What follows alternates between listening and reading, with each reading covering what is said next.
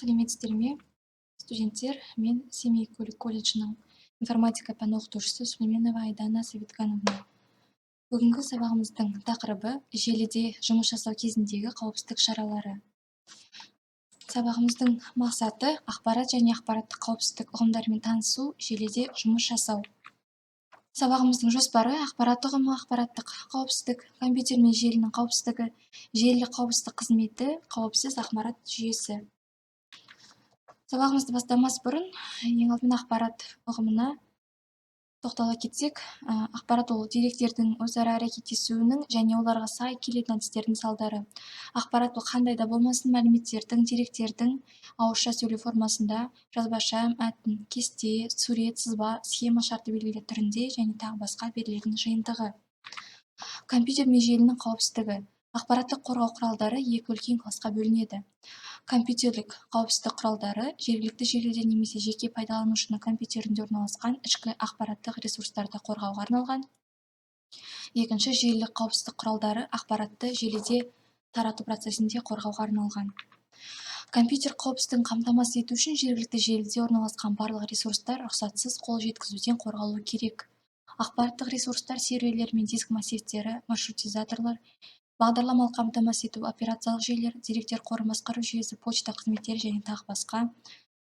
Файлдарда сақталған мәліметтер және жедел жадыға өңделген болуы керек. Желілік қауіпсіздік қызметі, желілік қауіпсіздік қызметі деп аталатын қауіпсіздік құралдары мәліметтерді қорғауға арналған бағдарламалық аппаратты өнімдер келесі процедураларды қамтиды. Бірінші, ақпаратты шифрлау, екінші, аутентификация, үшінші, сәйкестендіру, төртінші, авторизация, бесінші, аудит, алтыншы, канал технологиясы. Желілік қауіпсіздік қызметінің әр процедураларына мағлұмат бере кетсек, шифрлау. Бұл барлық ақпараттық қауіпсіздік жүйелерінің негізі, ақпаратты қалыпты, түсінікті формадан оқылмайтын, шифрланған түрге айналдыратын кез келген шифрлау процедурасы. Әрине, шифрлау рәсімімен толықтырылуы керек, ол шифр мәтініне қолданылғаннан кейін оны қайтадан түсінікті етеді. Процедуралар жұбы шифрлау және дешифрлеу криптожүйе деп аталады. Аутентификация қажетсіз адамдардың желіге кіруіне жол бермейді және заңды қолданушыларға кіруге мүмкіндік береді. Бұл сөз грек тілінен аударғанда сөзбе-сөз, нақты немесе шын мағынасын білдіреді. Сәйкестендіру пайдаланушының өзінің идентификаторы жүйесіне жіберген хабарламасынан тұрады. Келесі, авторизация.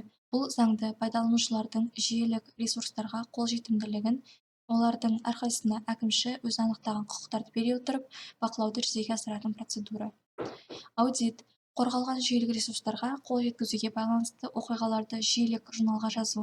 Заманауи операциялық жүйелердің аудиторлық қосалқы жүйесі ыңғайлы графикалық интерфейсті қолданып, әкімшіні қызықтыратын оқиғалар тізімін саралауға мүмкіндік береді.